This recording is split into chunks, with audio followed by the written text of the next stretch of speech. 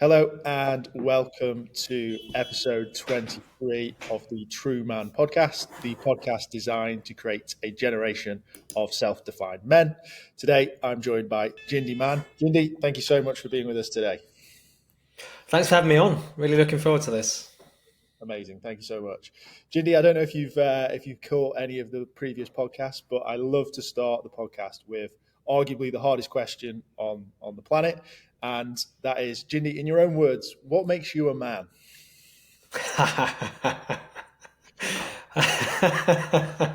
How long have we got? Um, what a brilliant question. It's a question I explore a lot in my work, which I'm sure we'll talk about. And I don't have a good answer to that question. And that's what I love about the question. It is endlessly complex.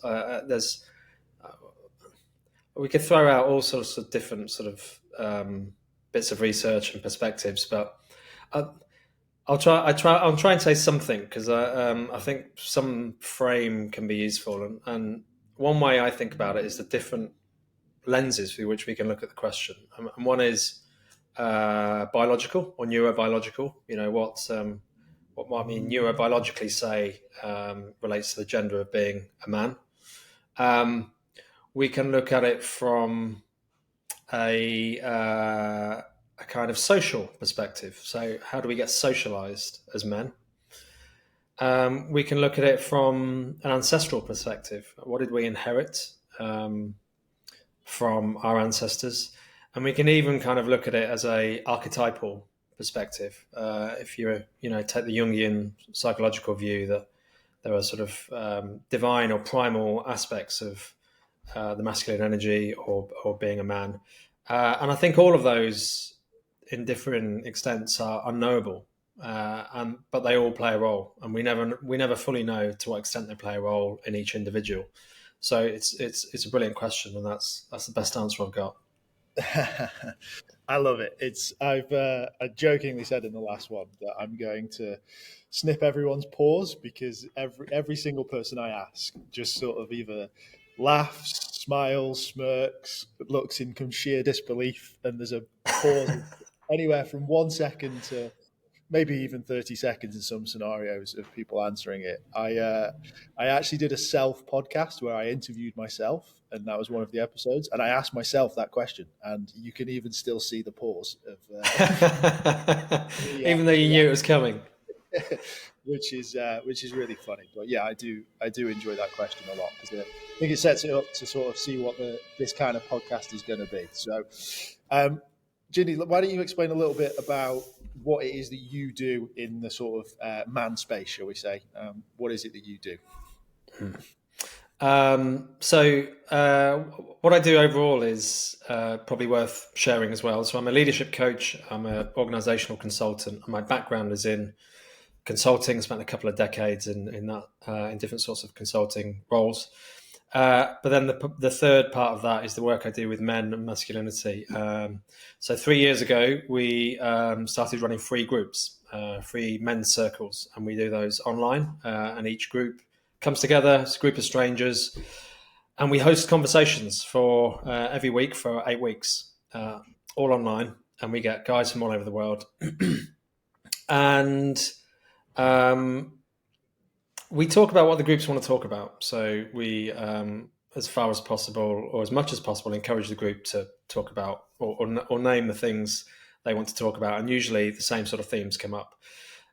So that's kind of, those groups have been running for 3 years. At the start of this year, we started an online community. So we use a private social network. And it's a place where men can keep going to. So often at the end of these groups, guys say, well, kind of, yeah, I'm going to miss this. What next? How can I keep in touch? So we've now got this online community. We do a monthly call. We share content. We just keep in touch with each other and have conversations. And over time, hopefully that will grow and we will offer more things out of there. And that's currently free as well. At some point, we'll ask for contributions just to pay for the platform. I also spend a lot of time researching and writing about masculinity, about gender, about men's mental health. And I also get invited to do things like panels and talks and workshops and those sorts of things as well. So it's continuing to grow and develop and change all the time. And I find the more I learn, the more questions I have. Yeah, that's a really nice way of ending that, because I completely agree with that statement. It's a minefield that the more you explore it, the more you want to question it, and the more you want to explore it. And yeah, I really like that. That's a nice way of summing that up, which is quite cool. I guess the similar to myself, there must be a story, right? What got you into this space? Mm. Yeah. This might be a long story, so I'll Great. keep it. But is that permission to give a long story? Great. Yeah. So I suppose there's some fundamental or moments and periods in my life that brought me to doing this, and it was never something I set out to do. So I grew up in the Midlands. I was born in the Midlands. My parents came from India. They emigrated to the UK back in the early 70s. And I'm the youngest of four. So I grew up in this, what I often describe as a kind of triple patriarchal culture: British, Indian, and the youngest of four. There's a 3-year gap between me and the rest of my siblings. So uh, that was my kind of early experience of growing up, and family is obviously a really formative influence. And then I lost my dad when I was 13. So he died unexpectedly. He had a heart attack. He was 48. And so found myself just entered teenage years, no elder male role model. I've got 2 older brothers, but they were also teenagers. So we were just kind of figuring stuff out. And before I knew it, I was kind of entering into adulthood and didn't really have a sense of what it was to be a man. And this was the 90s, and the 90s was not a healthy time in terms of role models, in terms of pop culture role models for masculinity. It was all about sex and material goods and some things now that we look back on, hopefully, and look really, really outdated. So I was kind of figuring this stuff out, and didn't realize I was figuring this stuff out. I was just feeling a little bit lost. I'd accidentally done 2 business degrees by this point, so I then went into the corporate world and the consulting world that I mentioned earlier, and eventually hit a wall with that at the age of 30. So quite almost had an early career midlife crisis, and I was good at what I did. I was successful, but from the outside, it looked, quite exciting and glamorous and all those things, and it was well paid. But I realized I didn't want to do it anymore. I didn't know what I did want to do. And so I started working with a coach. And I thought I was going to work with her to figure out my next career move. But what I was actually doing was obviously a lot more than that, as is often the case with coaching. So over a period of time, over the next few years, I was kind of really starting to go on a journey of learning more about myself, really, and starting to reconnect with parts of myself that were kind of long buried. And as part of that, I guess what I was doing without realizing it was kind of reintegrating some of my feminine and understanding my masculine better as well. So I've always played football. I've always been in football teams, and I've always worked in these masculine cultures of consulting and corporate worlds and financial services and all sorts of things. Yeah. So I came to this. There was this kind of realization moment with my coach that I now kind of had this foot in both camps, had this rare position of being someone who knew what the inside of a football dressing room was like, but had this other side emerging quite strongly, and felt that I wanted to do something about it, because what I saw all around me was guys who had some variation of my journey. They were playing some role of man that they felt they had to be. They were wearing a mask. They were wearing a suit of armor. They were struggling. They were suffering. That was playing out on the people around them. It plays out in organizational cultures, and I think it plays out in the wider world. And I saw it in my own friendships as well. And I just thought, we're all kind of struggling and suffering in different ways here, but none of us are really doing anything about it. So I felt called to do something about it. Amazing. I like the sentence that we're all sort of wearing a mask and pretending to be some sort of form of masculinity. And yeah, I think you're right. You see some interesting people that just sort of feel that they have to keep doing what they're doing. And it's interesting that you said that it was around the age of 30. So I'm just in my 30s now, and it was sort of a similar turning point to myself. And a couple of my previous guests as well seem to have this sort of enlightenment at 30. I guess I'll ask you the question. Why do you think that age sort of is starting to trigger men into these sort of thoughts, that early midlife crisis, so to speak? It's it's hard to say. I mean, that's in terms of what we might typically consider midlife. That's quite early, that sort of age, and usually it comes a lot later for men. The kind of asking of questions like, what am I really here for? What do I really want to do with my life? What's it all about? Those sorts of difficult questions that can actually be quite anxiety inducing. So I don't know. It could be there's a growing awareness of this in modern society. I think there feels to me, I've got a few years on you.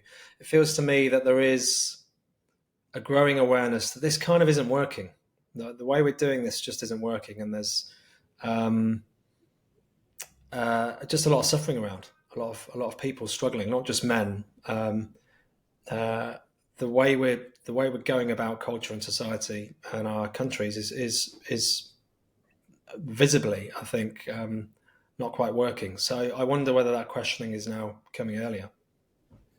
Yeah, for me, I think it's more the role model of what it means to be a man is changing, right? Like that definition of masculinity. We've moved away from what was that traditional role and that traditional provider. And now you might be in a semi-serious relationship in your 30s and you're both earning similar incomes or slightly different, but nothing too crazy. And I don't know, do you feel safer in that scenario? Like that's probably one aspect of it as well. And like there's less pressure to stay in a role that doesn't fulfill you, but in a previous generation was more necessity than anything else. So yeah, that I sort of echo what you're saying. I think there's a shift from manly man breadwinner to what is masculinity these days? What does that mean? What does it mean to be a man? And you sum it up quite nicely. I think your LinkedIn header says it. There's 4 billion ways to be a man, which is quite a nice way of putting it. But going back onto what you do, is that something that you've seen? Is it that redefinition, or what else are you sort of seeing in the space? Yeah, I suppose. I mean, just building on what you were saying and what you'd asked me before, I suppose what we've also seen over the last 50 years, I suppose, is progress in gender equality. So we've seen women making progress in areas that they weren't allowed to before, and we've seen certain structural barriers and things change or be removed altogether. And there's still obviously a lot of work to be done there. But what I think that's inevitably also led to is men questioning their role, as you've said. If I'm not this, then what am I? And then I wonder also just about some almost economic things. Right? So when I was 30, ironically, at the age that I talked about, that turning point, it was also the time that I bought a property, my first property, and I was just able to afford it in London.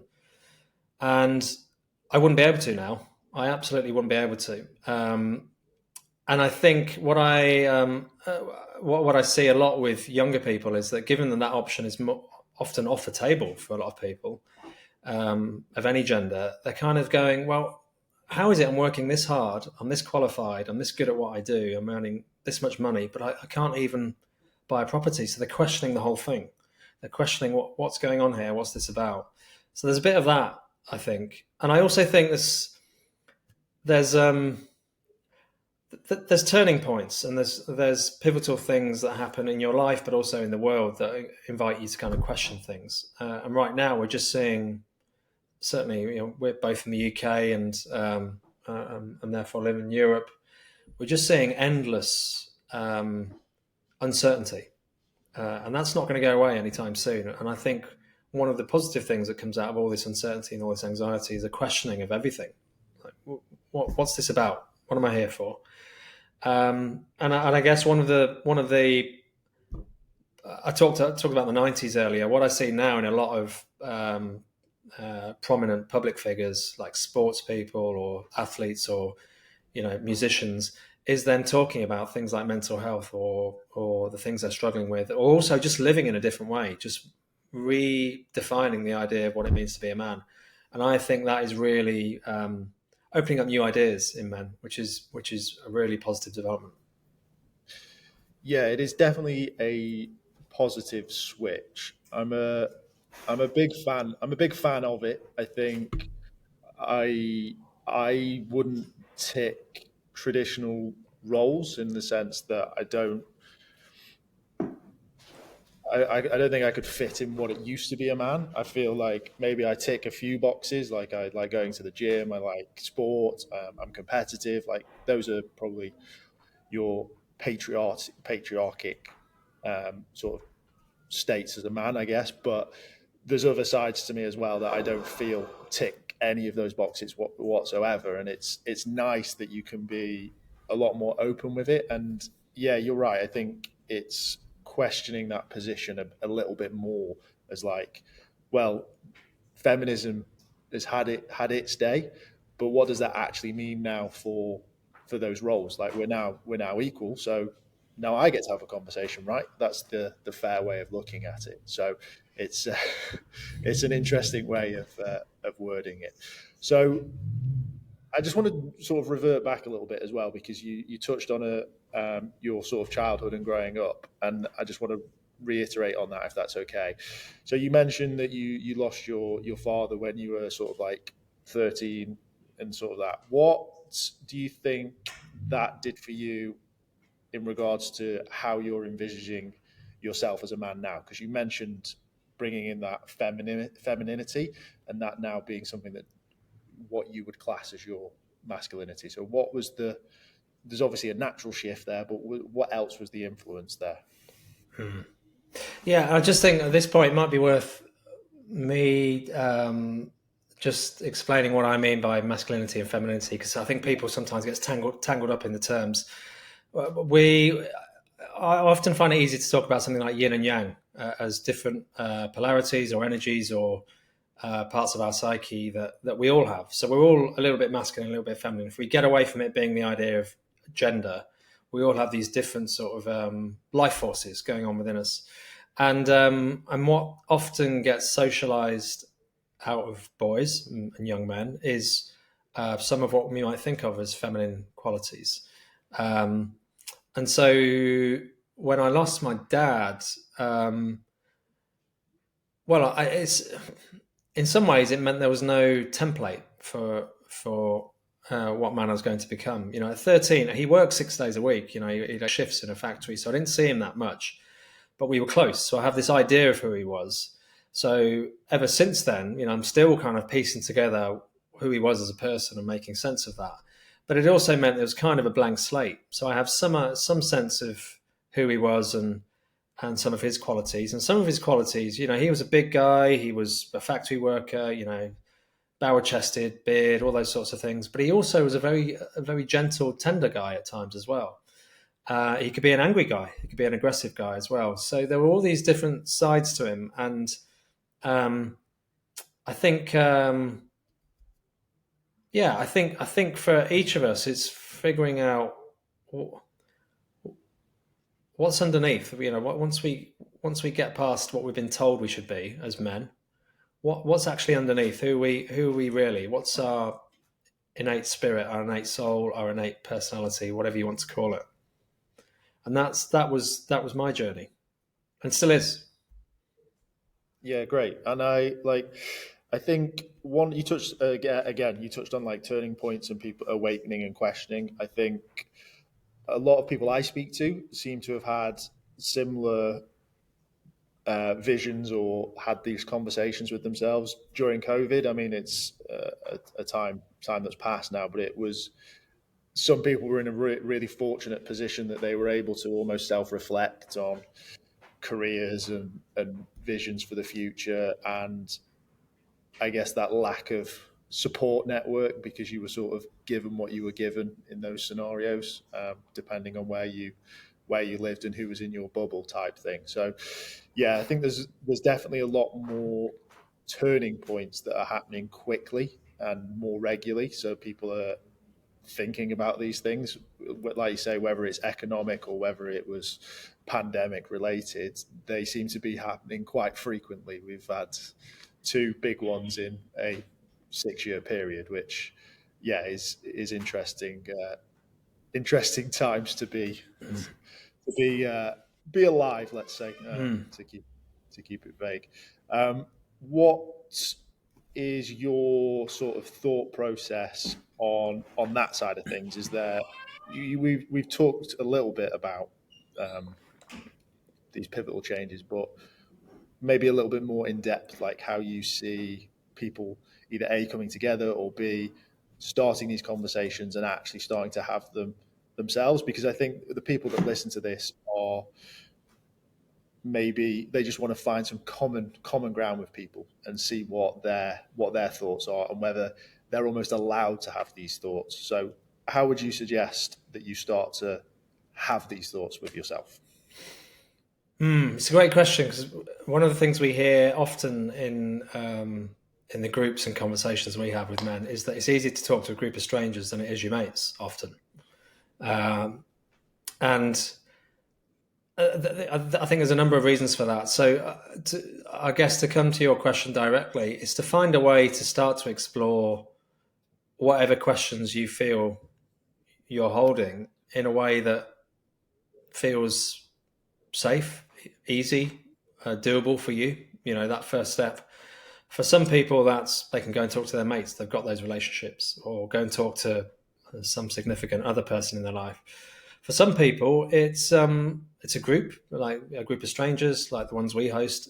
It might be something like journaling. It might be going and working with a coach. It might be working with a therapist. It's really different for each person. But I think the most important thing for me, and this kind of speaks to what we were saying about being 30 or whatever age and starting to ask those questions, is to not deny those questions. You can only deny those questions for so long. And at some point, the energy it takes to ignore those questions becomes greater than it is to actually confront those questions.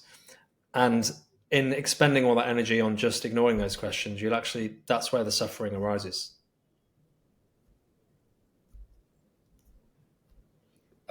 I like that. That's a really nice way of putting it.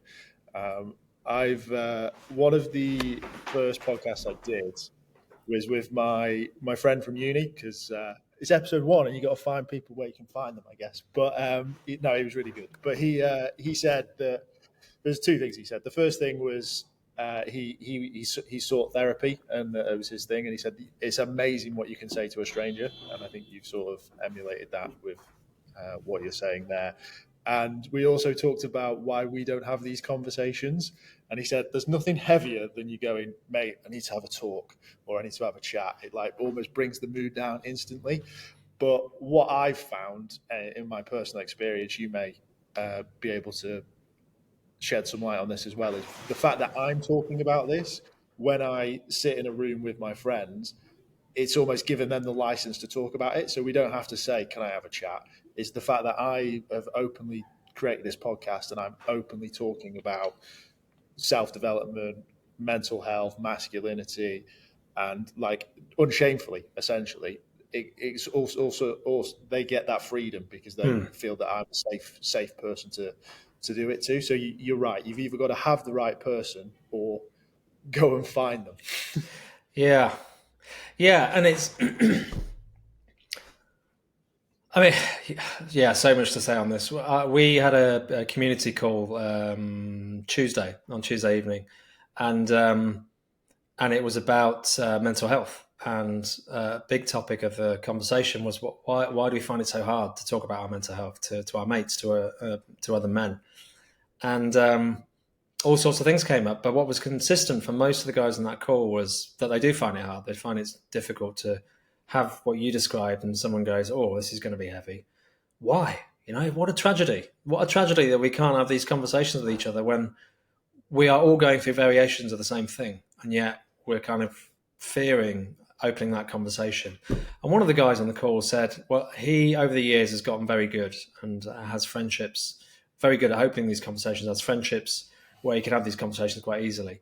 And he said whenever he's opened up one of these conversations, he's only ever been met with acceptance and a kind of relief from the other person. It's like, oh, thank fuck, he's talking about it. That means I can talk about it. And he said it's only ever brought me closer to people that I've started those conversations with. But it does take courage. Someone's got to go first. And I find it almost amusing that, and this was me, years ago. Men will do all sorts of difficult things. We'll climb mountains. We'll run marathons. We'll do triathlons. We'll do Ironmans. All sorts of crazy, really intense stuff. The thing we won't do is sit in a room and have a conversation with our mate about what's really going on, unless we've had like a lot to drink or something, or some other drugs.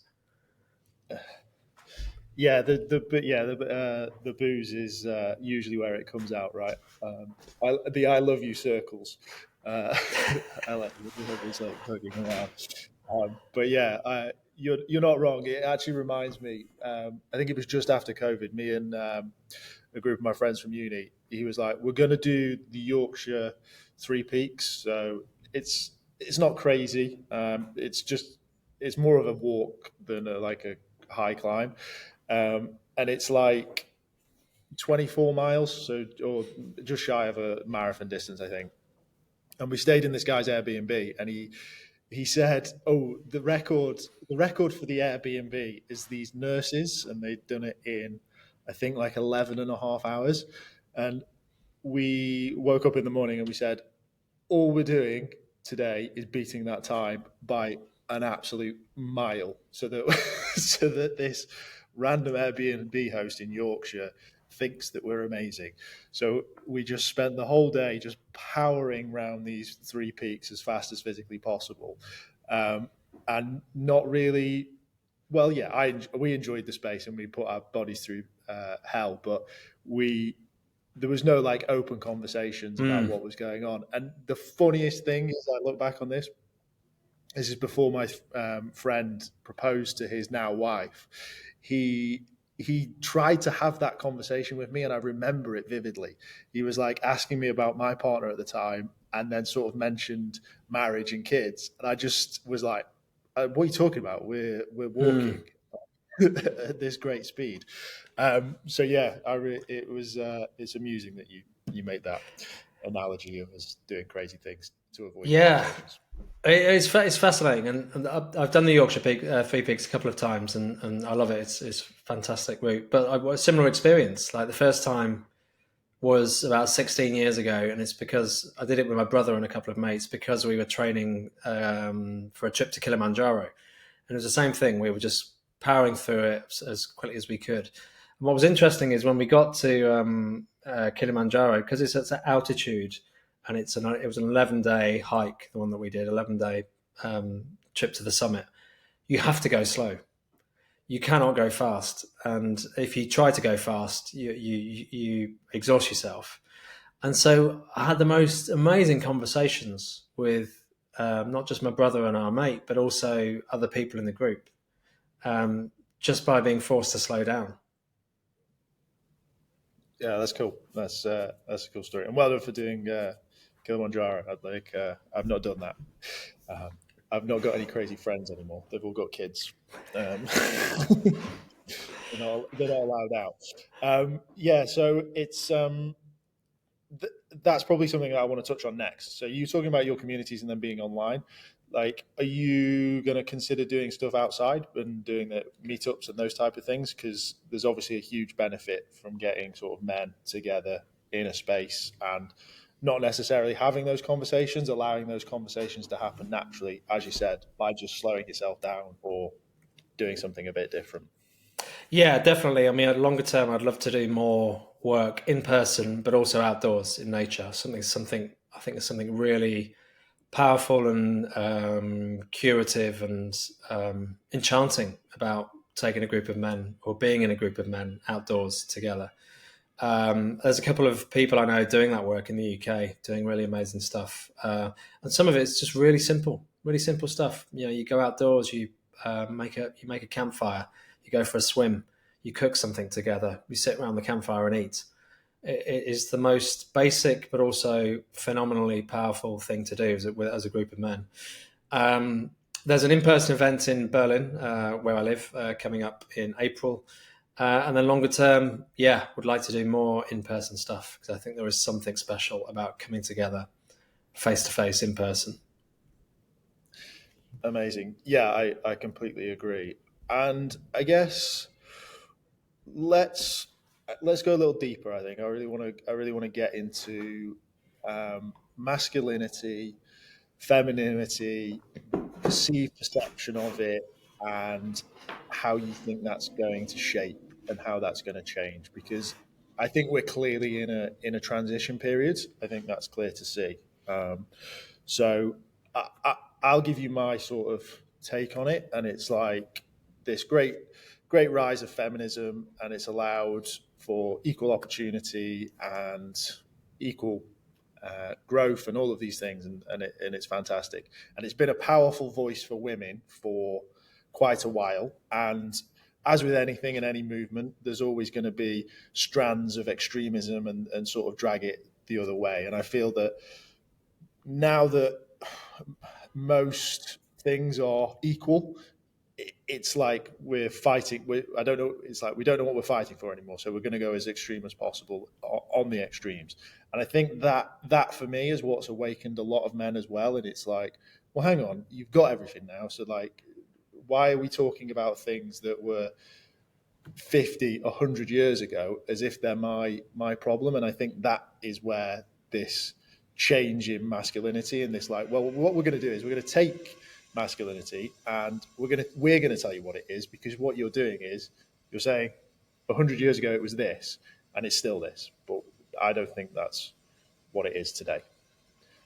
So that's my view on sort of where it's at. What's your sort of stance on that sort of space? On masculinity. Well, I guess just sort of like, what is it? What is next for that? Because we've had feminism rise, and like where do you see masculinity, femininity, feminism, masculinity, and men sort of, what do you see next for them? What do you see as the driving force? I guess within society rather than individually. Yeah. I kind of my personal perspective is I generally reject any attempts to define masculinity, and that's why we have the strapline. There are 4 billion ways to be a man, because I think with any social structure, social construct, firstly, progress is never smooth or kind of linear, or the progress is always messy, and secondly, the danger is always we replace one orthodoxy with another, and then we tell everyone, well, you now have to believe this new orthodoxy. And I see that a lot, and it eventually becomes counterproductive. And I think that is at least part of the reason that there is a backlash from some people. Now, whether that's justified or not is another question. But I think we should always be curious about why people are pushing back against something, rather than coming up with simple solutions or labeling people. So, for what do I think's next, or what do I think's needed, rather than what do I think's next, because it's impossible to say what's next. Yeah. What I think's needed is emancipation for men, for liberation, and I use those words quite deliberately. I think there's been several hundred years, even longer actually, of oppression of women, And that still is happening in all sorts of places around the world, and in all societies and cultures around the world. And there's also been and remains roles and ideas of masculinity that have imprisoned and enslaved men. And if we just look at suicide and mental health rates amongst men, it's well known now. 75% of suicides in the UK are male, and that figure is consistent across all OECD countries, pretty much all developed countries, certainly. 3 times more likely to be addicted, much less likely to access talking therapies. So we have to start to ask questions about that. And I think men have to start asking questions about that as well. Everyone has to start asking questions about what roles have men taken up unconsciously, and are those roles serving them? And how might they unshackle themselves and free themselves from that? And part of that is to come back to what we were talking about earlier, a topic that few people want to talk about, but money and the ideas of success and what success looks like. Has long been an idea that to be a successful man, you become the breadwinner, or you play the role of primary earner, and then you buy stuff. You buy a house, then you buy a bigger house, and then you buy a big car. And look at what that's done to us. It's simultaneously oppressed women and enslaved men. And I see men all around me killing themselves to fulfill that idea of success. So what's needed, in my opinion, is for men to start really asking questions about what am I actually doing here? What's my role here? And what role do I want to play? What game am I playing? What story am I telling myself about the game I'm playing? Societal pressures are huge, right? I think it's social media, right? The huge rise of that is only magnified. Keeping up with the Joneses, right? It's obviously now keeping up with the Kardashians, literally watching and observing their innate amount of wealth, I guess, that is the epitome of social media, in my opinion. And it's really hard. And I don't have a problem with anyone wanting to make lots of money. Like, I actually have used this example loads of times because I find it really funny. And so does my brother now. So my brother came to me, and we're both entrepreneurial. So he has his own business, and I have my own business as well. And he said, this was when he was a little bit younger. He's a lot younger than me. He's like 7 years younger than me. So he's like late teens, early 20s. And he said, I want to earn £100,000 a year, Liz. I said, cool. What are you going to spend it on? And he looked at me as if to say, what the fuck are you on about? I just need to earn £100,000. I was like, well, have you worked it out? Because you might need more. You might need a lot more. Like, if you truly are that way driven. But don't just pick a number because someone's told you that is the epitome of success. Create your own number, create your own identity, create something. Don't just listen to some bloke on the internet who's told you that 6 figures is the way to be. So yeah. Yeah, and what happens when he gets to that number? Then what? Well, yeah, exactly. That's the next thing, right? What is that? There's so many hyper successful people that are like, now what? There's an even like crazy stat. This is like weirdly related to success in another field. So like a lot of like high level engineers, like space engineers and like theoretical physicists, will reach the pinnacle of their career, i.e., go through all those doctorates and crazy amount of degrees and end up working at NASA or in some other crazy lab, and then realize that the problem is so large that they can't solve it, and they all quit and go and become carpenters. Like, it's genuinely like a really common thing for like astrophysicists to just quit and just go and do something with their hands because it's more logical for them to get a reward out of it, which I find really interesting. Yeah, I'd be curious to know typically what age they quit as well, because there might be a midlife thing in there about seeking meaning, which is, a central part of the midlife journey. Is you start to realize all this other chasing success, all this stuff I've been after, isn't it. That's not what I'm here to do. What what I'm looking for is meaning before I die, because there's that realization that that is going to come one day. Yeah. It's about having those conversations earlier, right, with yourself, those self conversations, I think, is like, and there's a few people, right, that refer to your life as being part of chapters, and those goals and meanings and change, right? Like right now, I'm single, I don't have kids. My aspirations and visions of life are completely different to Lewis in 5 years, because I'll be in a different position and I'll be thinking about different things.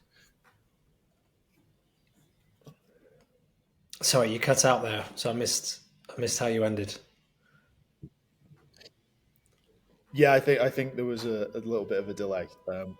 I just said that me in 5 years is different to me now, and I think my goal for this and what I'm trying to get is that constant questioning, rather than, it's not just a one-time thing. It's not like, what do I want? Don't do it in your 40s. Do it in your 20s. Do it in your 30s. Do it every year. Do it every 6 months. Do it as regularly as you feel you need to. Yeah, I think for me, that's a beautiful way to live, to be in this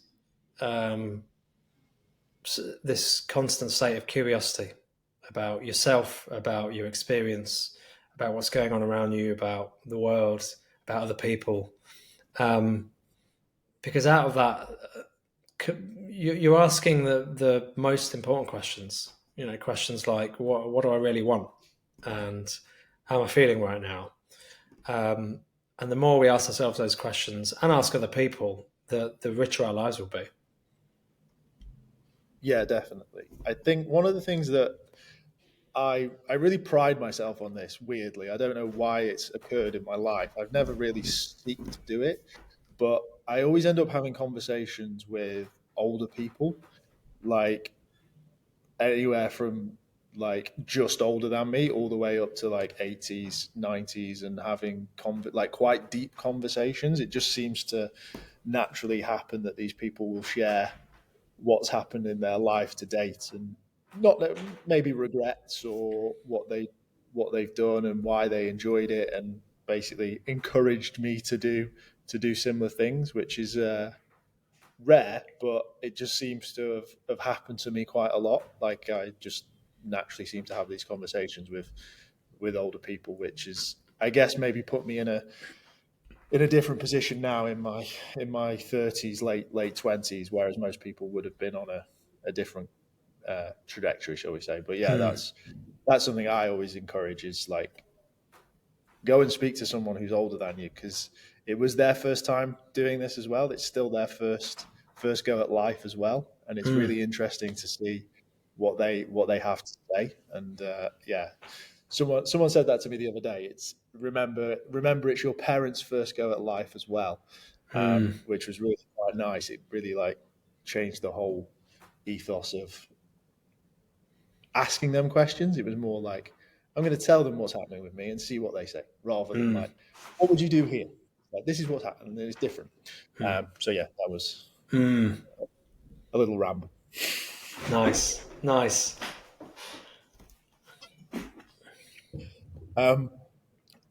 Jindy, I would love to hear what your thoughts are and what your goals are for the future.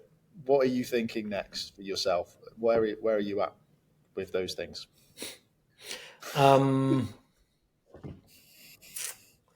Yeah, well, I used to, part of my journey, part of my turning point, particularly when I started to work with a coach, was I was rigidly trying to plan everything and control everything in my life, and at the same time, I wasn't one of these people who had a 5-year plan, but everyone else seemed to have a 5-year plan, and I was like, "What the fuck? I don't understand." And I've come to realize I'm just not a 5-year plan sort of person. And actually, the decisions I make and the things I do are they're much better when I let go of trying to analyze and plan everything, and actually pay attention to my intuition or what I feel like doing next. So I can't really tell you with any certainty what what is next. I can only tell you some sort of general, vague directions I'm heading in. I hope to grow the community, the men's community we've got. I'll keep doing that work. I'll keep researching. There's a book that I'm half writing, and I need to intentionally and properly put some energy into that. And beyond that, I don't know. I don't know how this looks even in a year's time, let alone 10, 20 years' time. The only question I try to ask myself now is, am I enjoying this? Does this feel right to me right now? Does this feel like the thing I should be doing? And as long as the answer to that is yes, then I keep doing it. And I trust that it will all lead to something. Amazing. I really like that answer because it's the complete opposite to the answer from the last guest. So it's really good, and it really reiterates what you say, which is there's 4 billion ways to be a man, right? And I think you've created such contrast on the podcast from just 2 episodes that thankfully, hopefully the people that listened to the last one who were like, oh shit, I need my 5-year plan, have just listened to this. And I was going to ask you a question, and I'm going to ask it you because I think you can summarize it again because you did answer it. And it's, what keeps you motivated then without these goals?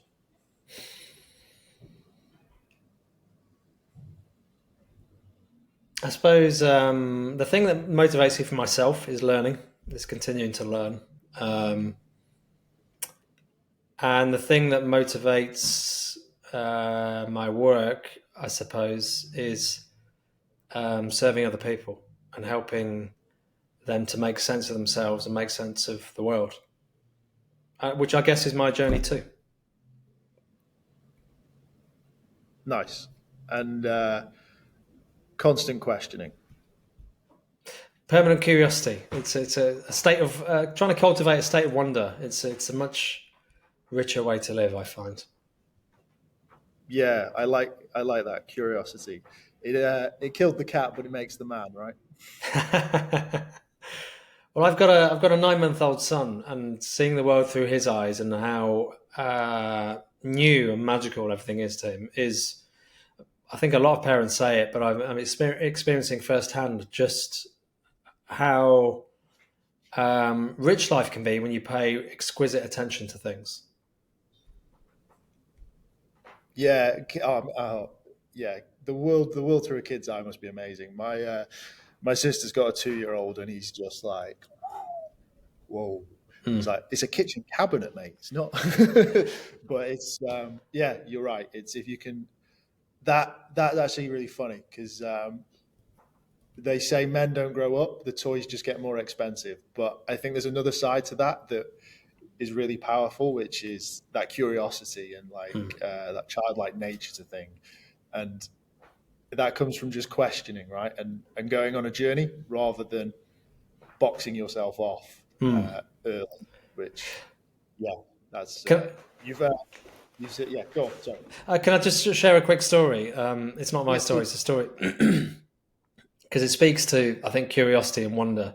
There's a comedy producer, a well-known one called John Lloyd, who I think is in his 70s now, and he was phenomenally successful. Was involved in all sorts of the greatest British comedies. And by the time he was in his early 40s, he'd made a lot of money. He'd had a production company and sold it, and he'd made a lot of money, and he'd achieved all the things he wanted to achieve, like creatively and financially and all those sorts of things. So he ticked all those boxes. And he'd just exited some business he'd been involved in, and he found himself sitting on this bench, deeply, deeply, deeply depressed. He was deep in his sort of midlife crisis, depression. What the fuck's this all about? And he described looking at this pigeon. And he was sitting on this bench, and he said, I was looking at this pigeon. He said, I've got no fucking idea how a pigeon works. What is a pigeon? What is it doing here? And it led to this realization that for all his success, he knew nothing about the world. He had no curiosity for the world. He had no wonder for the world, or not as much as he could have. And he's actually the guy who founded QI. So he went on to found QI, and that was one of the reasons he founded QI, because he was like, well, there's just so much wonder in the world, so let's get curious about it. And I found that really fascinating because, this is a guy who had achieved all the things that most people would want to achieve, but found himself completely empty. And what he found was wonder. Wonder was the thing that brought in joy. Nice story. I've really enjoyed this conversation, Jindy, because it's really reignited the reason that I did this. That's why I've gone off on these little monologues. I feel like I've hijacked your podcast. I do apologize. It's been you've reawakened something inside me, which has been really nice. So I'm truly thankful for that because yeah, some days you forget why you're doing what you're doing, and I think this podcast has really reopened me up. So yeah, I'm genuinely appreciative of your time today. Actually, thank you so much. Yeah, sorry, I'm absolutely the world's worst host right now. I'm just. Well, thanks for having me on. I've really enjoyed it. Always nice to have these conversations, and I love what you're doing. We need more of these conversations, so thank you. Yeah, definitely. I will. I've got my host's hat. I've got my host hat back on. Jindy, thank you so much for your time. It's genuinely been an absolute pleasure. I'll leave you with the final words, and please tell people where they can find you and where they can join certain aspects of what you're doing, because also what you're doing is amazing. And you're right; these sort of conversations need to happen more regularly. Thanks, Lewis. So the website for our men's work is leaderbrotherson.com. So leaderbrotherson.com. We've got a newsletter as well on Substack. On the website, you can find details of our community, or you can join one of our free groups. And my coaching practice is selfishleader.com. The only social media I use is on LinkedIn. You can find me, Jindy Mann, Mann. That's all the places to find me. Thanks for having me on, Lewis. Really enjoyed it. Amazing. Thank you once again for your time, Jindy.